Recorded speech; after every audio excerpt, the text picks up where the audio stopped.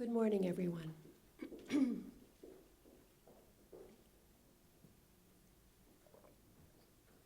Excellencies, international colleagues, I want to begin by expressing my appreciation for this opportunity to be here with you, to our hosts of this symposium in Berlin, Mark Donfried and his team at the Institute for Cultural Diplomacy, and also to my co-author on many publications and my longtime colleague in Canada, Susan Basili, who is the director of the University of Victoria International Women's Rights Project at the Center for Global Studies, whose teaching duties at Albany Law School prevented her from being with us today. When I flew in late last night from Geneva, where it's been cold and rainy and windy, I thought that probably by today we might have a continuation of that weather, but here we have a beautiful sunny day, crisp and lovely here in Berlin, and I want to thank everybody for making the time to come today. I'm going to be talking about some of the work that I have been doing with many others in working to build a culture of peace. A culture of peace grounded in human rights, and therefore, by necessity, grounded in women's human rights. At the UN Reform Summit in 2005, the then Canadian ambassador used a policy paper that was developed by our team at the International Women's Rights Project.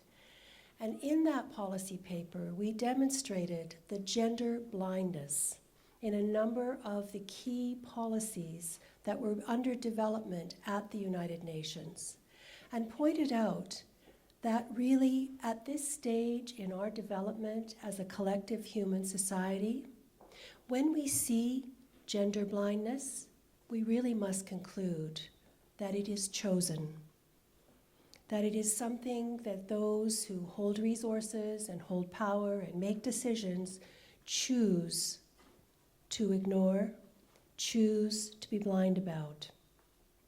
We've gone on since 2005 to do a number of collaborations expanding on this theme. And to begin my talk today, I want to just place some context for my remarks. 1.5 billion people live in conflict-affected and fragile states. About 70% of fragile states have seen conflict since 1989. Basic governance transformations can take 20 to 40 years. We must plan for the long term. And about 30% of ODA, or official development assistance, is spent in fragile and conflict-affected contexts. And it is these very same countries that are the furthest away from achieving the Millennium Development Goals set for 2015. So for my presentation today on building a culture of peace, I'm hoping to touch on a number of key themes, including human security by looking at the definition that came out of the 1994 Human Development Report of UNDP. Women's political participation as a merging theme for all of the other points that I'll be making. I'd like to make some specific reference to the engendering of the responsibility to protect doctrine with UN Security Council Resolution 1325 and the suite of resolutions associated with that, which I will generally refer to as the 1325 suite. I want to also touch on the New Deal, Refragile States, which was struck in 2011, and hopefully have time to look at a specific national action plan on 1325, that of the Kingdom of the Netherlands, the Dutch National Action Plan, which I consider to be among the very best of the 30-plus plans that have been developed so far for women, peace, and security. And then I'll also reference the most recent report from the Secretary General that he released in March of this year at the Commission on the Status of Women in New York. Throughout my presentation, I will be emphasizing the implementation of human rights as a primary means of building a culture of peace. And therefore, this will not be a presentation that focuses primarily on theory. This will be a presentation about not only naming rights, not only claiming rights, but the living of rights. And that's where the term lived rights that I developed a number of years ago in speaking to students about the difference between knowing your stuff and being able to actually do something that makes a positive difference. Let me quote the President of Brazil, Her Excellency Dilma Rousseff.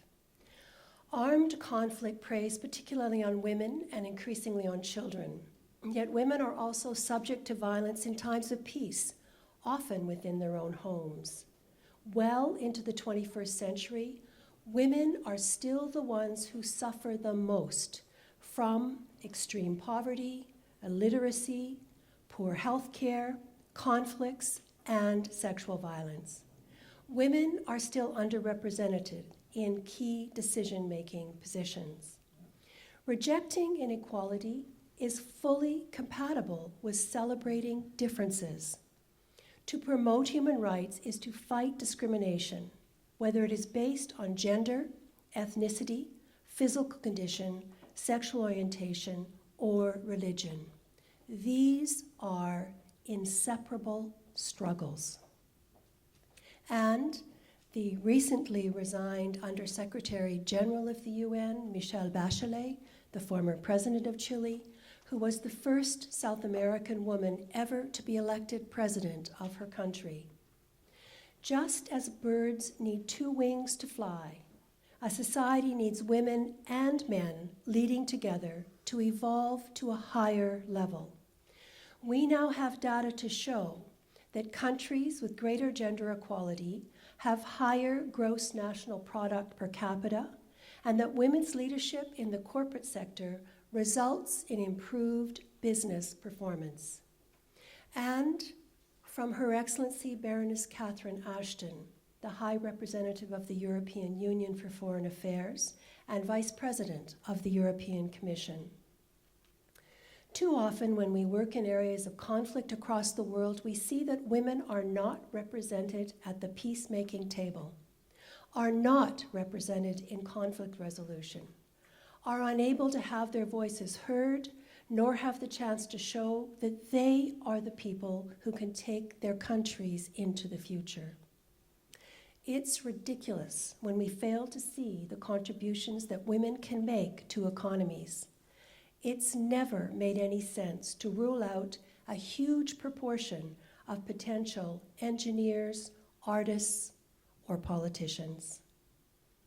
Last week, Human Rights Watch issued a report, and in that report they noted, today, at least 600 women and girls are imprisoned in Afghanistan for moral crimes, a 50% increase in 18 months.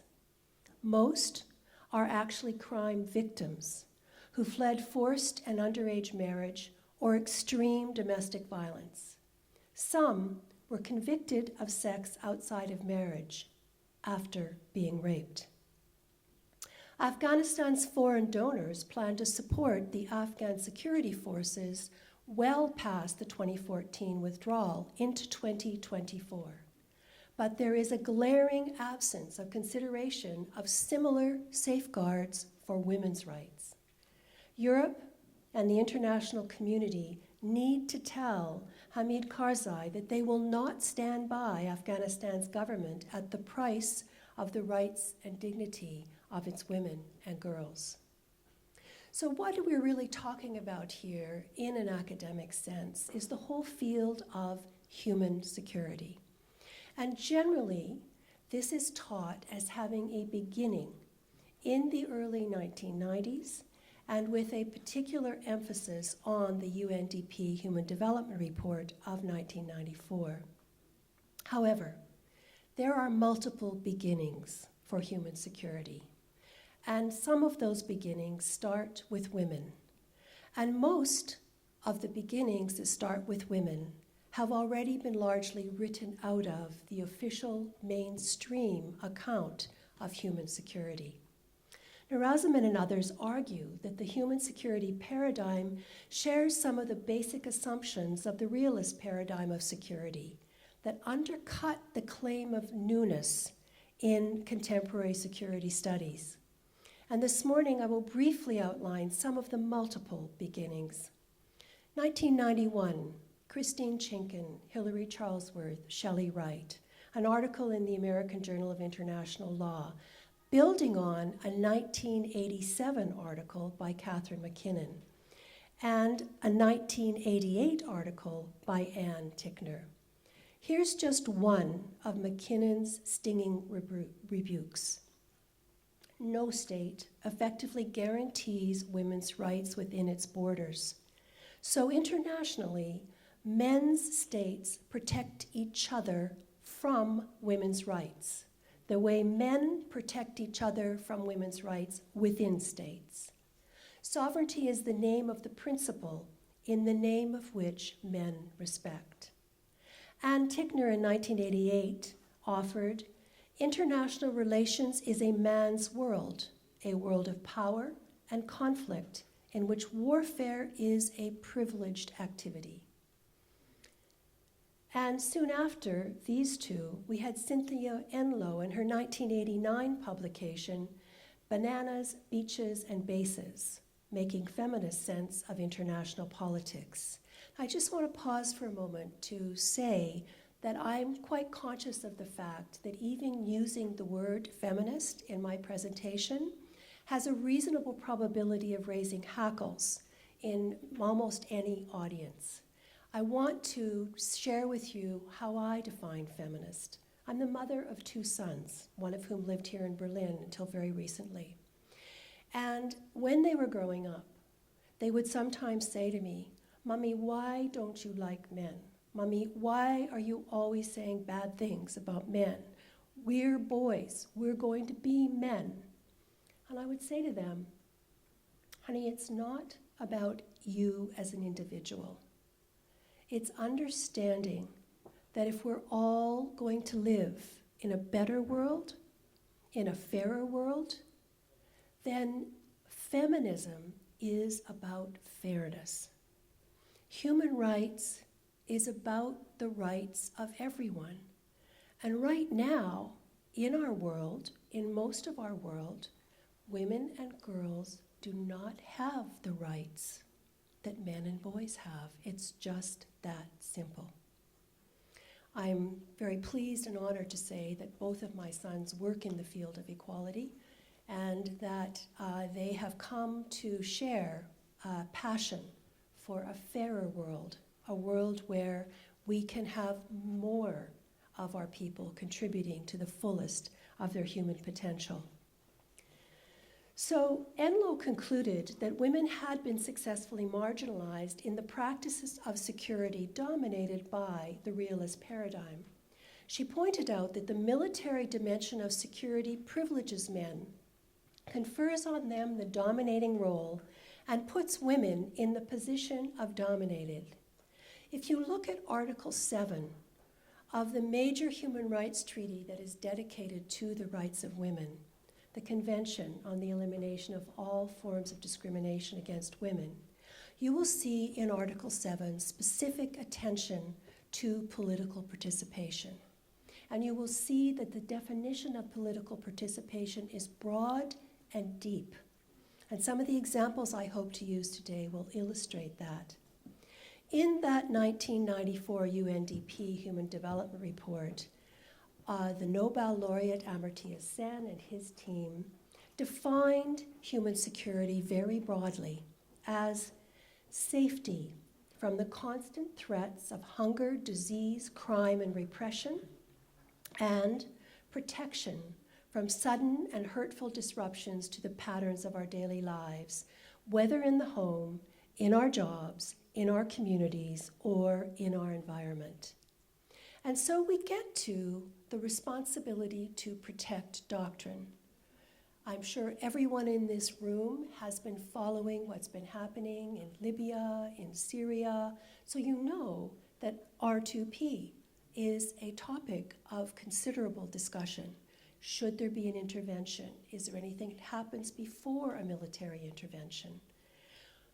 What needs to be understood is that as with human security, R2P is not in and of itself an entirely new notion, nor is the 2005 General Assembly resolution coming out of the Reform Summit the first time that R2P has been articulated. In 2000, in the Constitutive Act of the African Union, it states, "The right of the Union to intervene in a member state pursuant to a decision of the Assembly in respect of grave circumstances, namely war crimes, genocide, and crimes against humanity." This is found in Article 4. Paragraphs 138 and 139 of the outcome document from the 2005 Reform Summit specify that UN responses under R2P could involve the whole range of UN tools in the UN Charter, including Pacific peaceful measures under Chapter 6, coercive measures under Chapter 7, which we hear mostly about, and collaboration with regional and sub-regional arrangements under Chapter 8. And in order to see an effective R2P, we need to be looking at early and flexible responses. When Secretary General Ban Ki-moon talked about the 2005 resolution, he made the point that measures could be taken under the third pillar of R2P, the response pillar, saying that what is needed in his view is, quote, "an early and flexible response tailored to the specific needs of each situation." This is what women want. This is the culture of peace that women and men all over the world are working toward, and in many cases, as I hope to demonstrate, are working together to build. Could I have the next slide, please? This could lead to a new global architecture for rights that cannot be lived unless interventions occur. But those interventions do not need to be with violence. They do not need to be military force. And in understanding the full range of the R2P doctrine, we need to look at its potential for peace building as well. So for me, this is another important aspect of R2P, which I call the responsibility to perceive. In the words of Senegan, women need to be understood for who they really are. In his words, active agents of change, the dynamic promoters of social transformations that can alter the lives of both women and men. This troubling gender blindness is a dysfunctional pattern, not only in the evolution of R2P, but in many of our current policies and documents that are under discussion. And in looking at responsibility to protect and Security Council Resolution 1325 from 2000, we need to appreciate 1325 was a significant achievement. But passage should not be seen as having reached an end goal or as a standalone policy limited to women, peace, and security. 1325 affirms women's work and articulates a platform upon which members of the international community are obligated to act with the suite or quartet of connected SCRs of 1810, 1888, 1889, and 1960. In re-engendering R2P, let's look at 4 key areas briefly. 1, participation of women in peace processes. 2, gender training in peacekeeping. 3, protection of women and girls and respect for their rights. 4, gender mainstreaming in the reporting and implementation of programs and policies on conflict, peace, and security within the UN system. So we need a gender-sensitive framework for analyzing early warning. What would that look like? Gender-sensitive collection of information, gender analysis and risk assessments. For example, looking at the micro-level changes in the lives of women and girls, such as changes in shopping patterns, or when children are allowed to go to school. Looking for gender-sensitive decision makers, and let me underscore here that my presentation today is as much to male colleagues as female colleagues. There? Just lost my sound.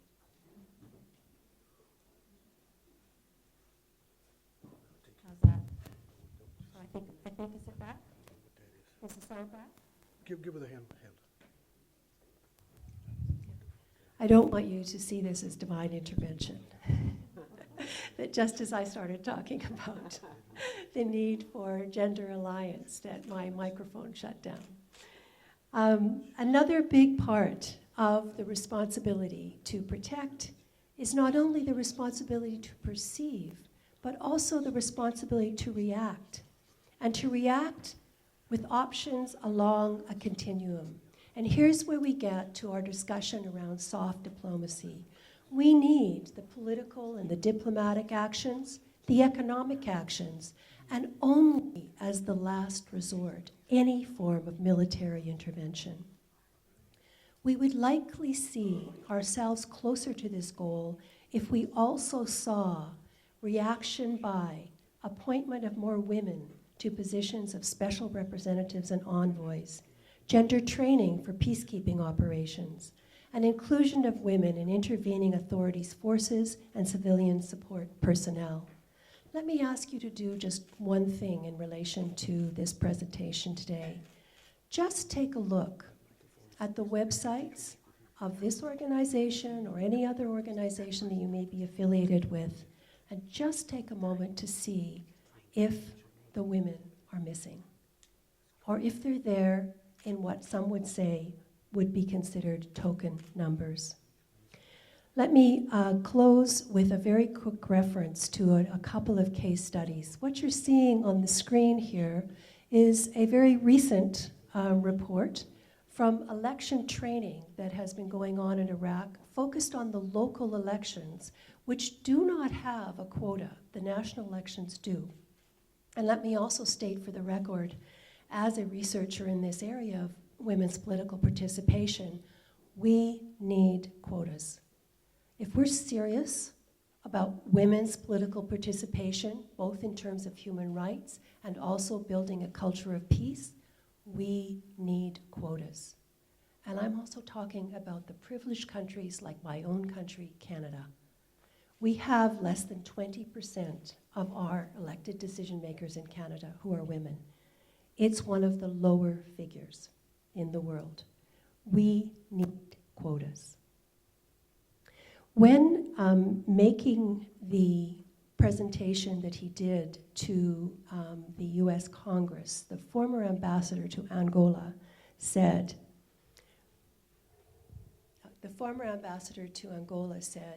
we recognize these problems and we brought out gender advisors and human rights officers. We launched programs in reproductive health care, girls' education, microenterprise, and support for women's NGOs.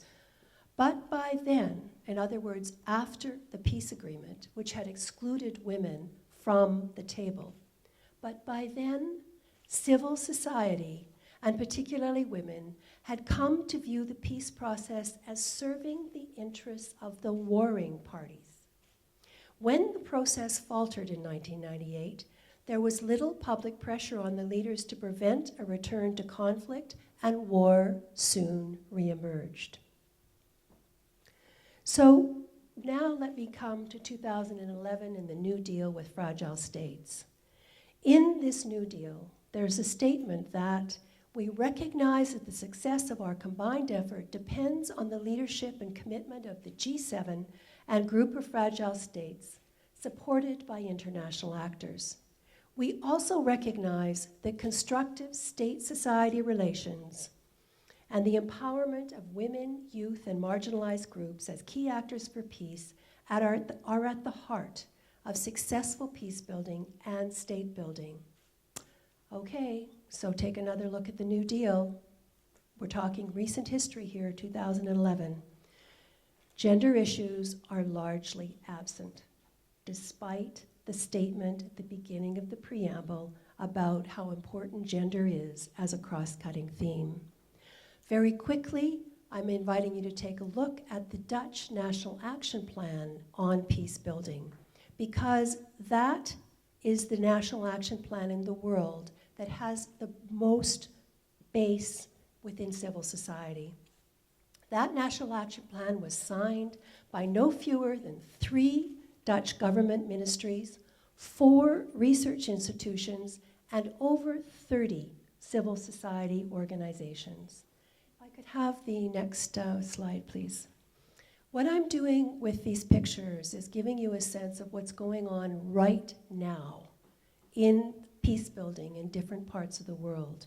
And what I really hope you will notice is that in most of these projects, women and men are working together in alliance for their peace building.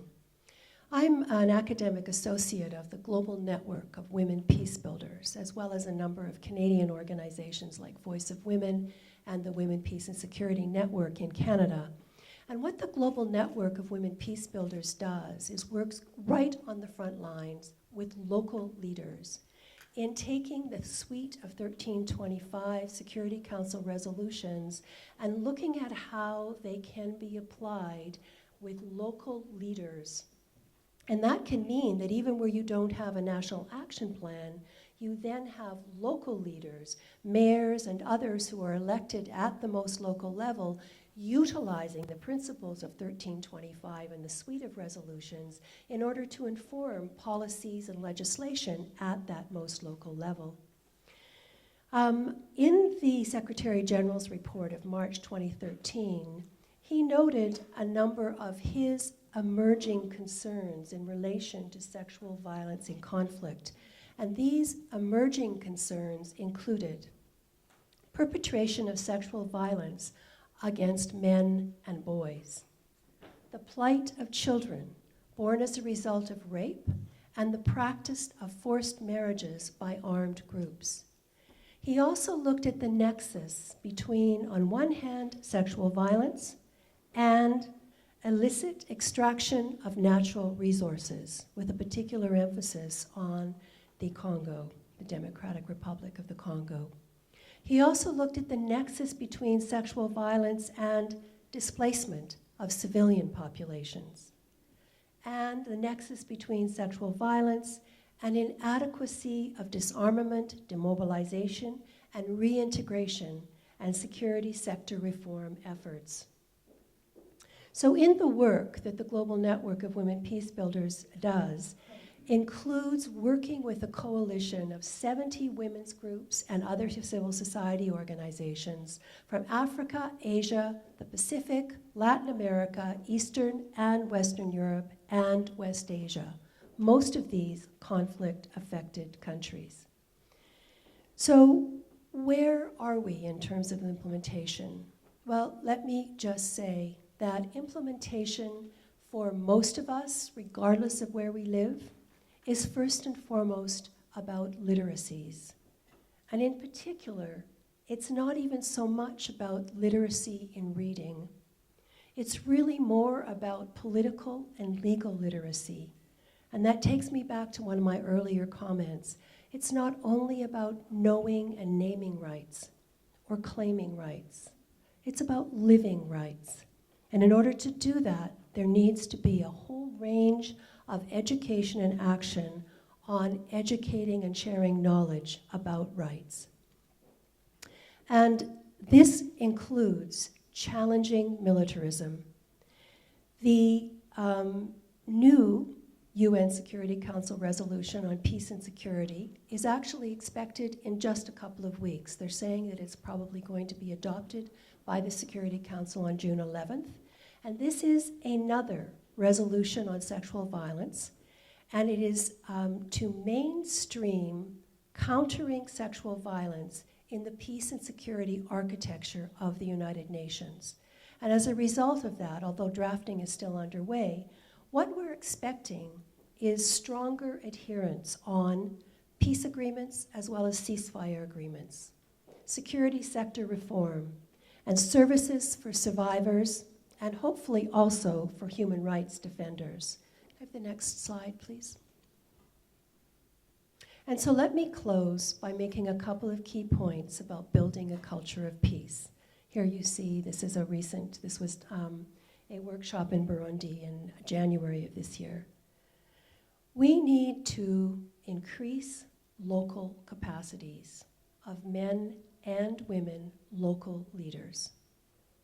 We need to build constituencies who guarantee local ownership and participation. We need to develop a new generation of women peace builders as we understand how critical the intergenerational model of leadership is if there's going to be sustainable peace building. And we need to, as a key part of building a culture of peace, also build a culture of accountability for those who hold power already, who have access to resources already. And so that when we see resolutions from the Security Council or human rights treaties like the Convention on the Elimination of All Forms of Discrimination Against Women, which we've had since 1979, when we see this kind of international law, we know that it's not about words on paper or words online. It's about lived rights. Thank you very much.